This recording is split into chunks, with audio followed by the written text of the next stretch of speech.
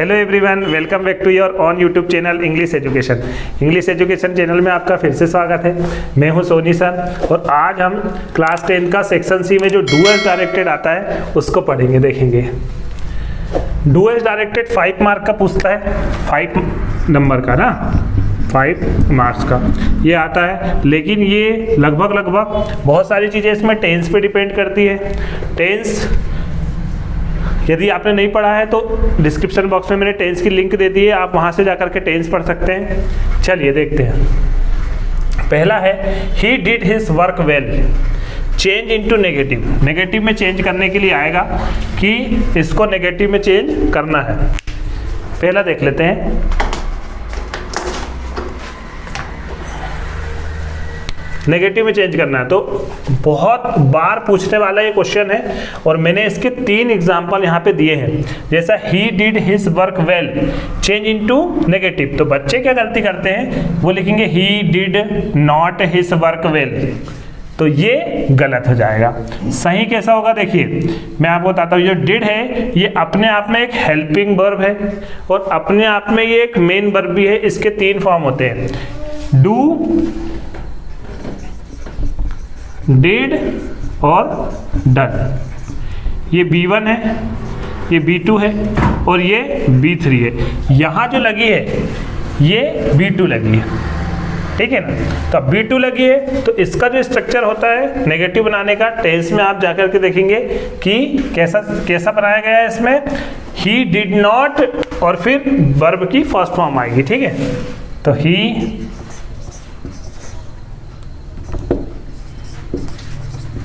Did not, ठीक है। मतलब सब्जेक्ट फिर हेल्पिंग वर्ब यही वाली, फिर नॉट प्लस B1, तो इसका B1 क्या होगा, डू। डू हिज वर्क, ठीक है ना।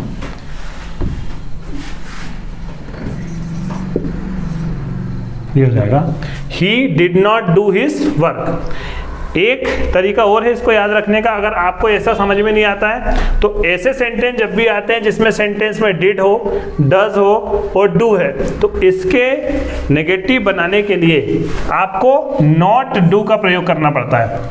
उस हेल्पिंग वर्ब के बाद आपको नॉट डू जोड़ना है, तो ये नॉट डू यहाँ पे हम जोड़ेंगे तो बन जाएगा। देखिए he did not do his work, परीक्षा में बार बार पूछा गया है, बहुत इंपॉर्टेंट है। अगला देखेंगे, he does his work well, ऐसे ही पूछता है he does his work well, तो बच्चे क्या गलती करते हैं, he does not his work well, तो वो गलत हो जाता है। क्या आएगा, ही डज। अब ये डज जो है इसकी एस या एस वाली फॉर्म है जिसको हम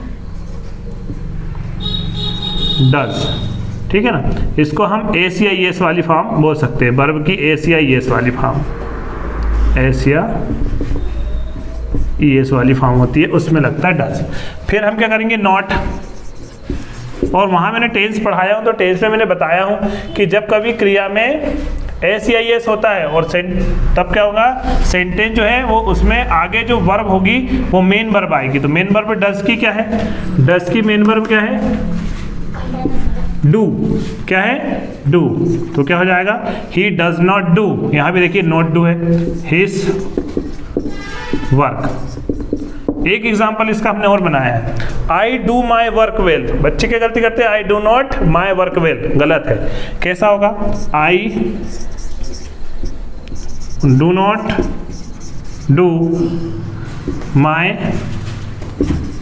वर्क वेल। आप इसको अच्छे से देख सकते हैं, अच्छे से देखेंगे। देखिए आई डू फिर नॉट डू लगाया, माई वर्क वेल, इसकी एक ट्रिक भी है। फिर यहाँ ही डज, अगर डज, ये ट्रिक आपको कब उपयोग करना है, जब डू वाला, डज वाला या डिड वाला कोई सेंटेंस आता है, तब आपको इस ट्रिक को फॉलो करना है कि डज के बाद नॉट लगा दिए फिर डू लगा दिए, डू के बाद नॉट लगा दिए फिर डू लगा दिए, डिड के बाद नॉट लगा दिए फिर डू लगा दिए, तो आपका सेंटेंस कभी भी गलत नहीं होगा। आप नॉट डू लगाइए, उसमें याद करने की बहुत अच्छी ट्रिक है। इस पर आप क्या करें, नॉट डू लगाइए। आगे देखते हैं, the boy is my cousin, the boy has won the race, ठीक है। क्या कहा है, combine the sentence into a relative clause. अब इन दोनों को जो सेंटेंसेस को कंबाइन करना है, जोड़ना है, कैसे जोड़ना है, रिलेटिव क्लॉज से। तो इसमें जो रिलेटिव क्लॉज होगा वो होगा हु। क्या होगा? हु। देखिए मैं जोड़ता हूँ, और जोड़ते कैसे हैं ये भी कठिन है, लेकिन मैं आपको बहुत सरल तरीका बता रहा हूँ जोड़ने का, एकदम तुरंत आपको समझ में आएगा। देखिए द बॉय 2 बार लिखा हुआ है। मैं आपको ट्रिक बता रहा हूँ परीक्षा में कितनी आसानी से आप कर सकते हैं। द बॉय यहाँ भी लिखा है इस सेंटेंस में, द बॉय यहाँ भी लिखा है। ये द बॉय में से एक आप द बॉय को कॉमन ले लीजिए। द बॉय मैंने कॉमन ले लिया। उसके बाद इस हु को लिख दीजिए, हु। फिर नीचे वाला सेंटेंस और फिर ऊपर वाला sentence, has won the race. फिर यहाँ क्या बच गया? Is my cousin, is my cousin. ठीक है ना? लड़का जो रेस जीत चुका है मेरा कजिन है।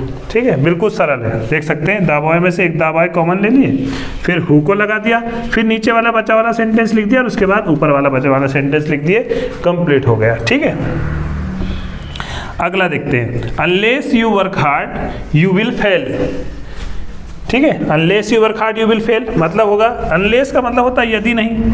अनलेस का मतलब क्या होता है? यदि नहीं, यदि नहीं। You work hard you will fail, यदि तुम कठिन परिश्रम नहीं करते तुम फेल हो जाओगे। अब क्या लिखा है? Rewrite the sentence using if in place of unless, है ना?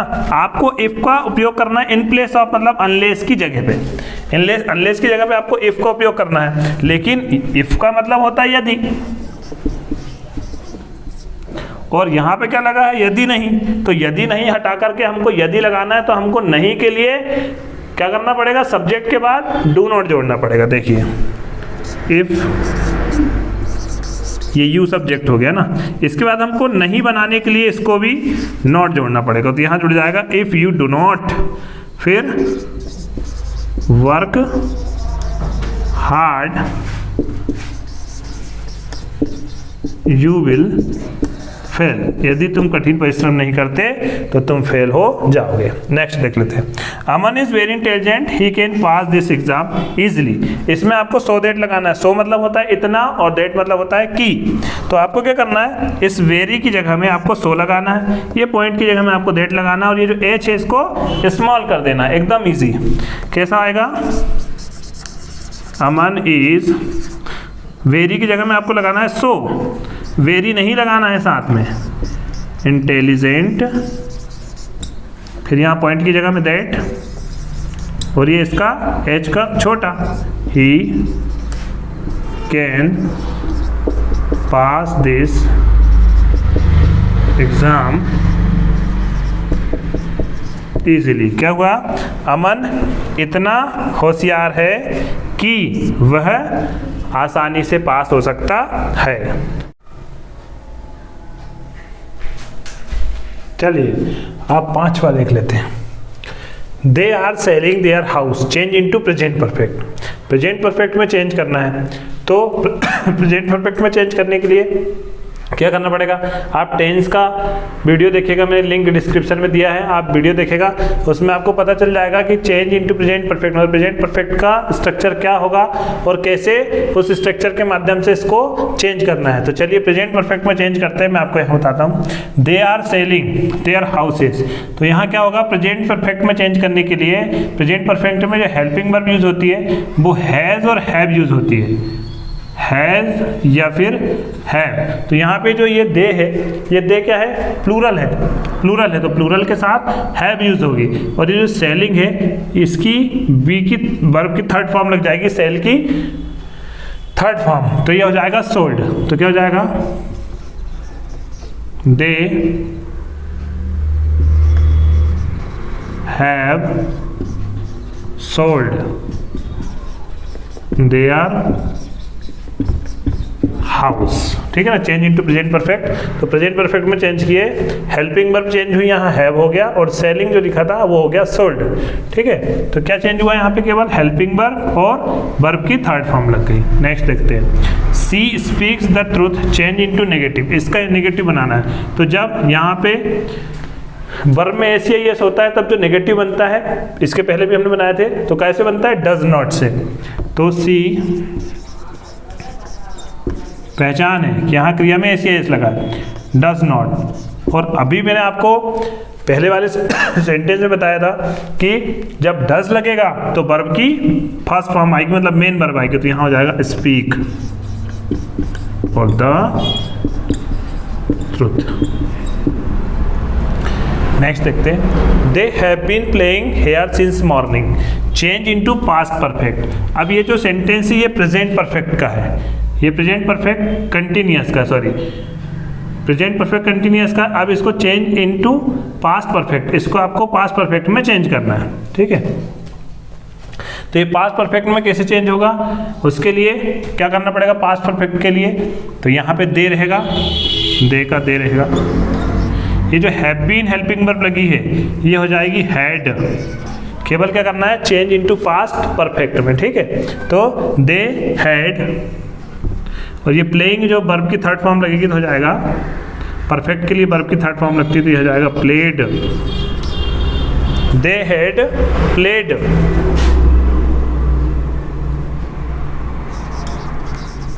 हेयर, ठीक है। They had played hair.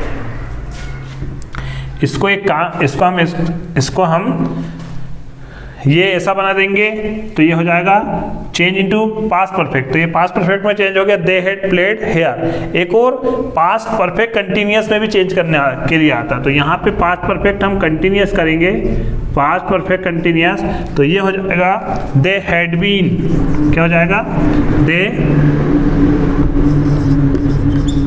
Had been playing hair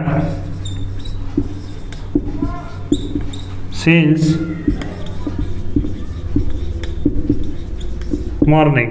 change into past perfect continuous में चेंज करने को आएगा, जब पास्ट परफेक्ट कंटिन्यूअस में चेंज करने के लिए आएगा तो यहाँ पे केवल ये वाला जो हैव है वो हेड हो जाएगा, जो सबके साथ पास्ट परफेक्ट कंटिन्यूअस में सबके साथ हेड लगता है, ठीक है ना, तो यहाँ पे हेड हो जाएगा। अगला देख लेते हैं, he is too ill to go school using so that and rewrite, ठीक है ना। इसमें सो दैट यूज करना है, तो सो दैट कैसे यूज करते हैं, बहुत से बच्चे इसमें गलती करते हैं कि टू की जगह में सो लगाते हैं, ये वाले टू की जगह में दैट लगाते हैं और जैसे का तैसा लिख देते हैं। ऐसा नहीं है, वैसा गलत होगा। देखिए कैसा सही है, ही इज, ये टू की जगह में सो लगाना है, सही बात है। सो इल, ये वाले टू की जगह में दैट लगाना है, किंतु आगे जो सेंटेंस है इसमें आपको ऐसा नहीं लिखना है, इसमें आपको ही है तो यहाँ पे ही कैन नॉट लिखना पड़ेगा, ही कैन नॉट, फिर लिखना पड़ेगा to go, sorry go school, go school. अगर यहाँ पे सी है तो आपको यहाँ लिखना पड़ेगा सी कैन नॉट, ठीक है ना। यहाँ पे अगर राम है तो उसका प्रोनाउन क्या होगा, ही कैन नॉट। अगर यहाँ पे सीमा है तो क्या होगा, सी कैन नॉट। तो कैसा बनाएगा हमको, ही इज सो इल, यहाँ पे हो जाएगा so, he is so ill that he can not go school, वह इतना बीमार है कि वह स्कूल नहीं जा सकता। यहाँ इसका मतलब हुआ था वह बीमार भी है, स्कूल भी नहीं जा सकता, तो यहाँ हो गया वह इतना बीमार है कि स्कूल नहीं जा सकता।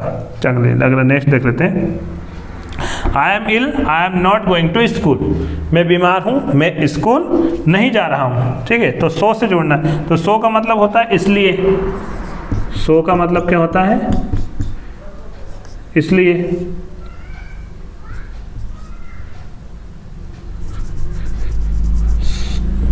इसलिए तो यहाँ पे लगा देंगे हम बीच में, यहाँ पे, ठीक है। तो आई एम एकदम सिंपल है, इल, सो मैं बीमार हूँ इसलिए, I am not going to school, मैं बीमार हूँ इसलिए मैं स्कूल नहीं जा रहा हूँ। अगला देखते हैं, he teaches Hindi, change into passive voice.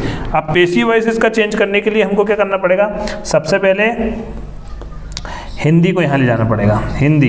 इसके बाद इसमें लगता है ये प्रेजेंट इंडेफिनिट का है, प्रेजेंट इंडेफिनिट का टेंस है,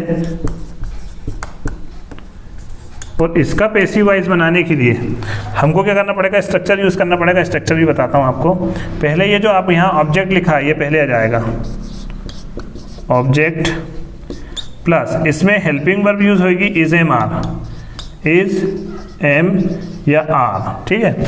ऑब्जेक्ट फिर helping verb is am are इसमें उपयोग होगी, फिर सबके साथ वर्ब की थर्ड फॉर्म लगती है प्लस बाय, और ये वाला जो सब्जेक्ट है ये उठ के यहाँ पे आ जाता है, तो इसको हम यहाँ पे लिख देते हैं यहाँ पे सब्जेक्ट समझाने के लिए, ठीक है। अब हम इस पे देखते हैं। ऑब्जेक्ट पहले मतलब हिंदी पहले होगा, हिंदी, फिर हिंदी क्या है, सिंगुलर है, तो हिंदी के साथ क्या लगाएंगे, इज, हिंदी इज, ठीक है। फिर B3 तो टीचर्स लिखा है, ये B5 है मतलब SAES वाली है, तो इसका क्या होगा, taught, THOUGHT taught by, Hindi is taught by कौन, ही, तो ही का हो जाता है him, Hindi is taught by him, ये होगा। चलिए नेक्स्ट देख लेते हैं।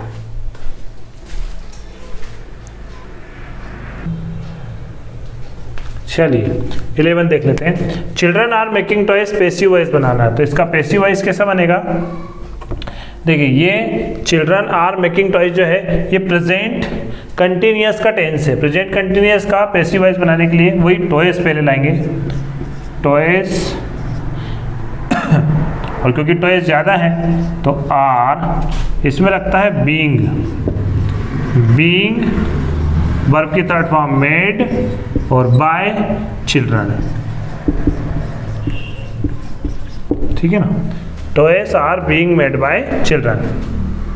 इन the park were playing children football. Rearrange करना सेंटेंस को, तो क्या होगा, कहाँ से चालू होगा, सब्जेक्ट से, तो सब्जेक्ट हमारा क्या होगा, चिल्ड्रन, तो सब्जेक्ट को 1 नंबर देते हैं यहाँ पे चिल्ड्रन, ठीक है।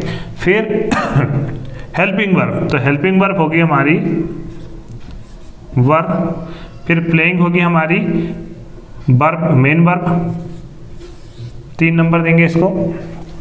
इसके बाद फुटबॉल, ये हमारा ऑब्जेक्ट होगा, इसको 4 नंबर देंगे, और इन द पार्क को हम देंगे 5 नंबर। जमाते हैं, आप देखिए कैसे जमाएंगे, चिल्ड्रन 2 नंबर पे, वर्ब प्लेइंग, फुटबॉल, फुटबॉल, और कहाँ, इन the park, in the park, ये मीनिंगफुल सेंटेंस बन गया, ठीक है। अब देखते Delhi is larger than Bhopal, right the sentence using positive degree. अब पॉजिटिव डिग्री में, कंपेरेटिव डिग्री में ER लगा है, देन लगा कंपेरेटिव डिग्री में।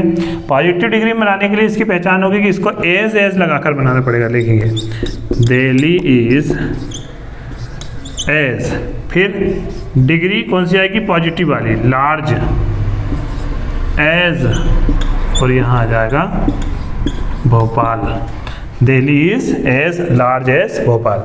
अब she shut the door change into negative. Negative अब कैसे ढूंढें कि इसमें हेल्पिंग वर्ब क्या लगेगी, तो ये जो है ये सेकंड फॉर्म है, शट जो है वो सेकंड फॉर्म में लगी हुई है, तो लिखेंगे सी। अब SAES में लगी होती तो हम प्रेजेंट की समझ लेते, तो ये पास्ट का इंडेफिनिट है, तो क्या लगाएंगे, पास्ट का इंडेफिनिट में सी डिड नॉट, और ये शट तीनों एक सी फॉर्म में होती है, तो शट द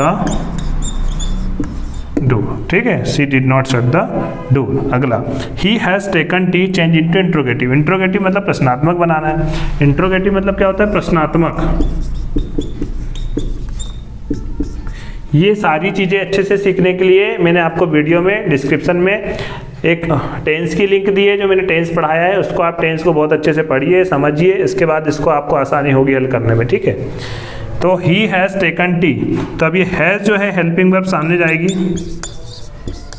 क्योंकि इंट्रोगेटिव बनाने के लिए हेल्पिंग वर्ब सामने लगती है, तो हैज़ ही टेकन टी, मतलब क्या उसने चाय पी चुका है, और इसके बाद लगेगा क्वेश्चन मार्क। अगला, सी लिव्ड इन शिवपुरी, इसको भी इंट्रोगेटिव में बनाना है, तो यहाँ पे लिव्ड देखो वर्ब की सेकंड फॉर्म लगी है, तो क्या हो जाएगा, इंट्रोगेटिव बनाने के लिए डिड सी लीव इन शिवपुरी, ठीक है ना, और एक क्वेश्चन मार्क लग जाएगा। चलिए आप इसका स्क्रीनशॉट ले सकते हैं।